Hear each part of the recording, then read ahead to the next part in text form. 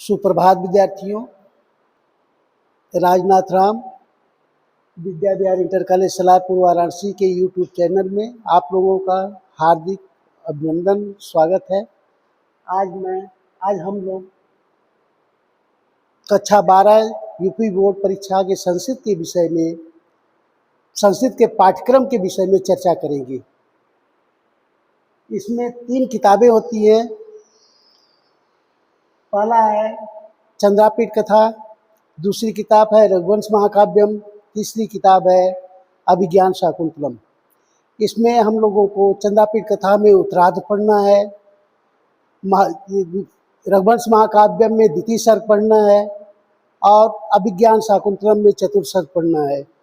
ये तीनों किताब 60 नंबर का होता है। इसके बाद व्याकरण है। व्याकरण में हम लोग पढ़ेंगे, वो 40 नंबर का होता है। जैसे आइए देखिए, चंद्रापीठ कथा उत्तरार्ध। इसमें है गद्यांश आते हैं, 2 गद्यांश आता है, एक गद्यांश का हल करना होता है। उसमें गद्यांश रहेगा, ये अपनी बुक से कहीं से उठाकर गद्यांश दे देगा। उसमें है जैसे कोई गद्य दे दिया, उसमें 5 ठो प्रश्न पूछा रहेगा, 5 प्रश्न का उत्तर उसी किताब से देना है, उसी गद्यांश देना है, इधर उधर से नहीं। ये रहेगा 5 प्रश्न, 2-2 नंबर का रहेगा, 10 नंबर का रहता है। ये 5 प्रश्न है, 2-2 नंबर का है, ये 10 नंबर का। फिर दूसरा प्रश्न आता है पात्रों का चरित्र चित्रण।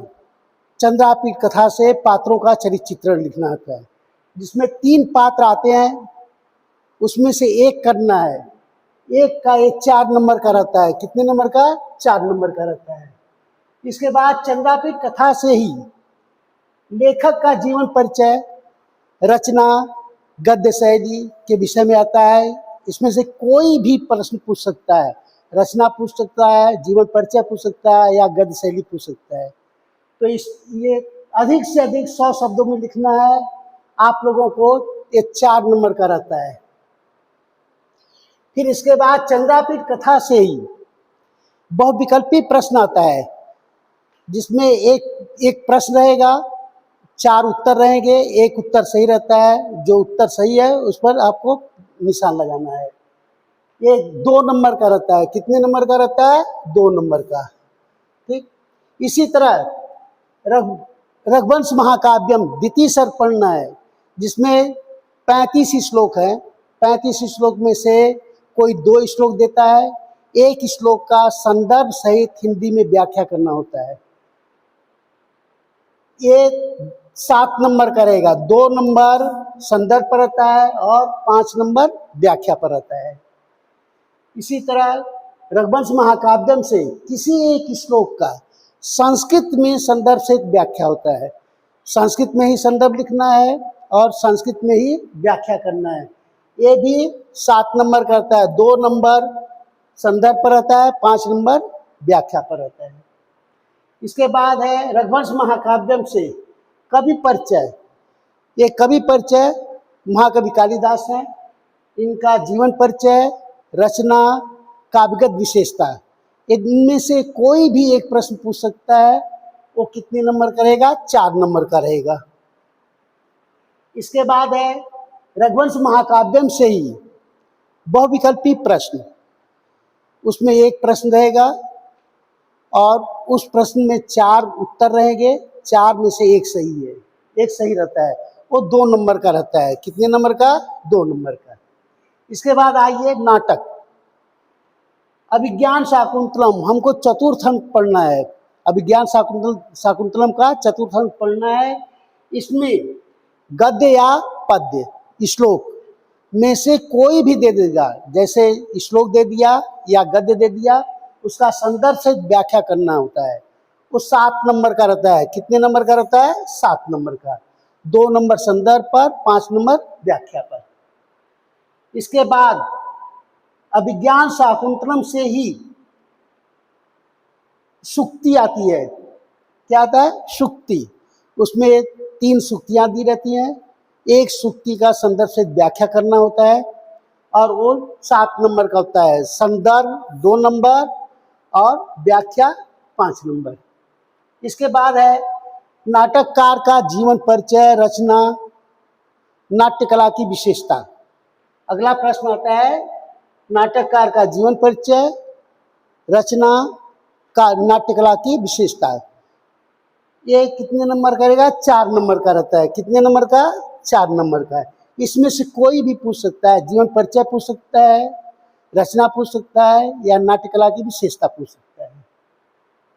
इसके बाद उसी अभिज्ञान शाकुंतलम से ही बहुविकल्पी प्रश्न होता है। बहुविकल्पी प्रश्न 2 नंबर का रहेगा। कितने नंबर का रहेगा? 2 नंबर का। इसके बाद ये 60 नंबर का हो गया। इसके बाद व्याकरण आता है। व्याकरण में पहला प्रश्न आता है निबंध। निबंध ये 10 लाइन का रहता है। 10 लाइन लिखना होता है। 10 लाइन में 10 नंबर का रहता है। कितने नंबर का रहता है? 10 नंबर का ये रहता है। उसमें है संस्कृत साहित्य है, जनसंख्या है, पर्यावरण है और स्वास्थ्य, शिक्षा, यातायात के नियम आदि से संबंधित निबंध होती है। इसके बाद अगला प्रश्न आता है अलंकार। हमको 2 अलंकार 11 में पढ़ चुके हैं और 2 अलंकार 12 में पढ़ना है। ये किसी एक पेपर में आता है, किसी एक अलंकार की परिभाषा और उदाहरण देना होता है। वो कितने नंबर का रहता है? 2 नंबर का। फिर आइए अनुवाद। 4 अनुवाद करने होते हैं। 2-2 नंबर का एक अनुवाद होता है, वो भी संस्कृत में करना है। 6 दिया रहता है, 4 करना होता है। 2-2 नंबर का रहता है, ये 8 नंबर का हो गया। इसके बाद अगला प्रश्न आता है विभक्ति और कारक। विभक्ति में पहले पूछा रहता है कि विभक्ति निर्देश कीजिए, उसमें सूत्र सहित उसकी व्याख्या करना होता है। वो 2 नंबर का रहता है। कितने नंबर का रहता है? 2 नंबर का। और इसी में बहुविकल्पी प्रश्न पूछा रहता है। बहुविकल्पी प्रश्न 1 नंबर का रहता है। कारक से संबंधित, कारक विभक्ति से संबंधित बहुविकल्पी प्रश्न होता है, वो 1 नंबर का रहता है। एक विभक्ति और कारक दोनों मिलाकर 3 नंबर का होता है। फिर अगला प्रश्न है संधि। संधि विच्छेद करना होता है। संधि दिया रहता है, संधि विच्छेद करना होता है, जिसमें सूत्र लिखना होता है या नाम लिखना होता है। पूछा रहता है सूत्र लिखिए या नाम लिखिए, तो ये 2 नंबर का रहता है। और इसके बाद उसी संधि से ही बहुविकल्पी प्रश्न पूछा रहता है, 1 नंबर का रहता है। कितने नंबर का रहता है? 1 नंबर। टोटल मिलाकर ये क्या हुआ? 3 नंबर का हुआ। इसके बाद धातु रूप। धातु रूप में भी अ और आ दिया रहता है। अ में रहता है लकार, पुरुष एवं वचन बताइए, इस तरह आता है। वो कितने नंबर का रहता है? 2 नंबर का रहता है। और धातु रूप से ही संबंधित बहुविकल्पी प्रश्न पूछा रहता है, वो 1 नंबर का होता है। कितने नंबर का होता है? 1 नंबर। दोनों मिलाकर कितने हो गए? 3 नंबर का। इसके बाद समास है। समास में विग्रह सहित समास का नाम पूछा रहता है। क्या पूछा रहता है? विग्रह सहित समास का नाम। तो ये 2 नंबर का रहेगा।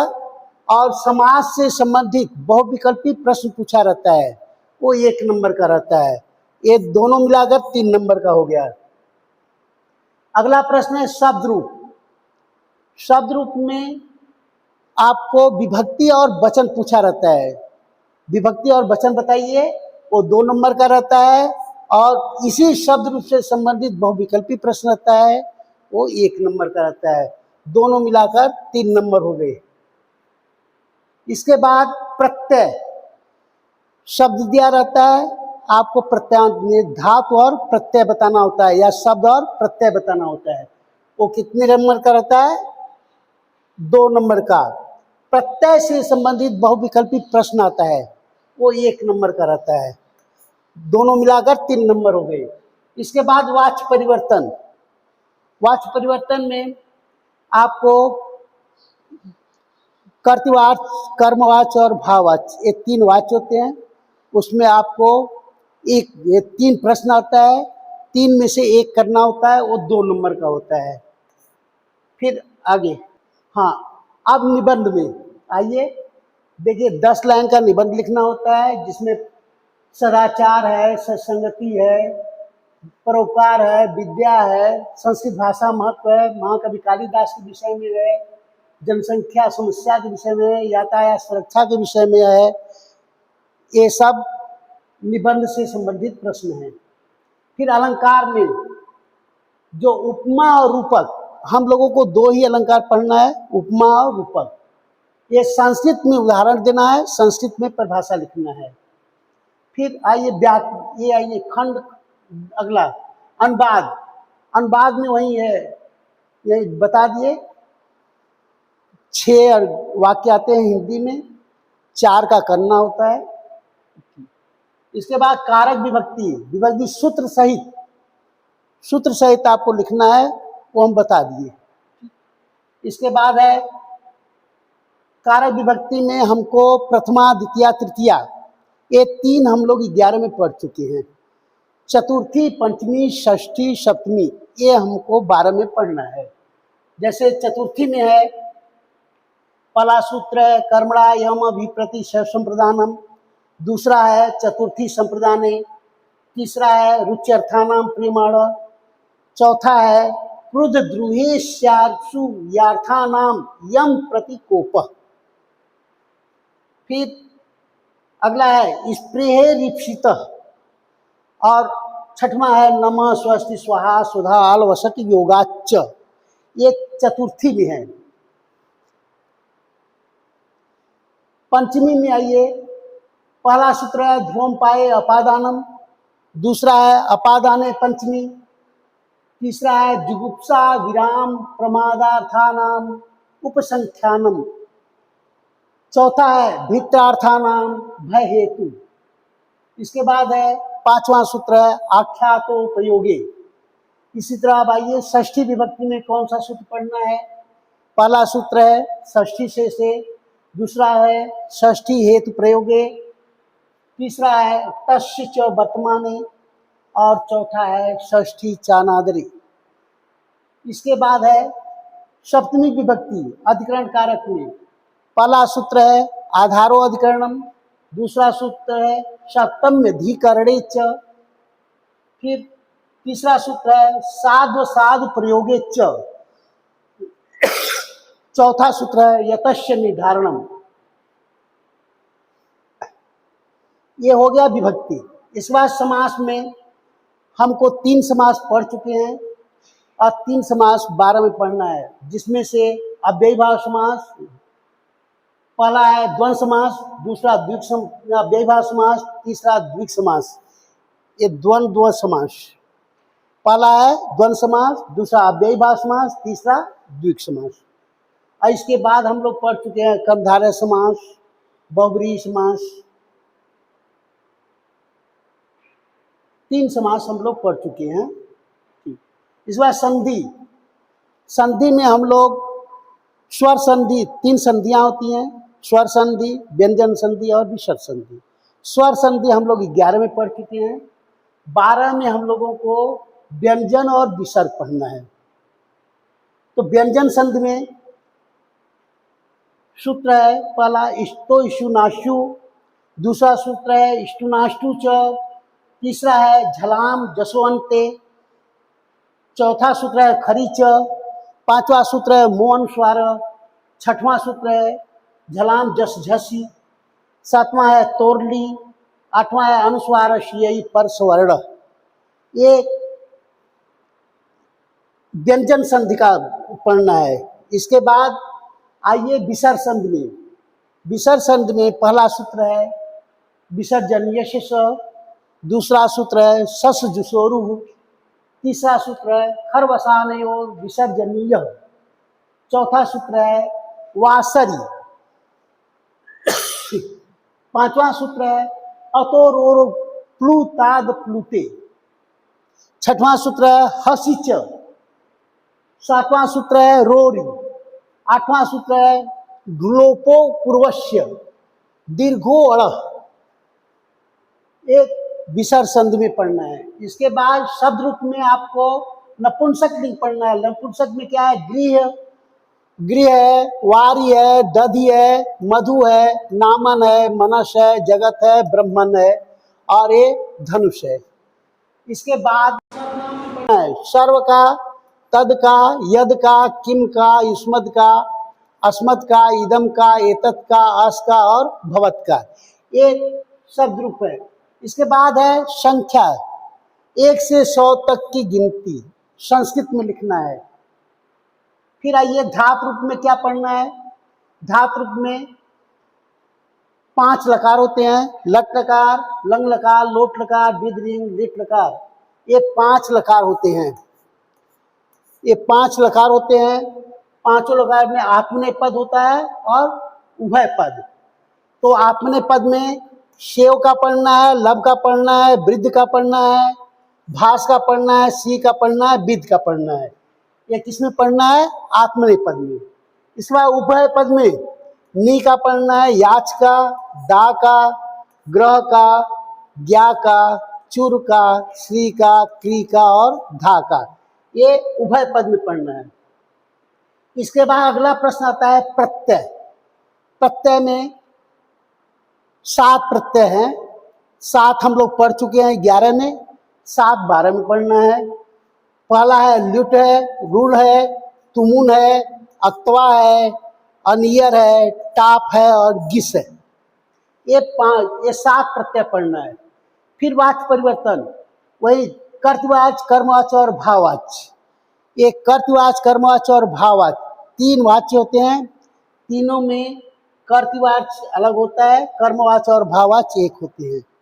ये संस्कृत का पाठ्यक्रम पूर्ण हो गया। अब अगली कक्षा में हम लोग मिलेंगे व्याकरण से संबंधित प्रश्न। ओके।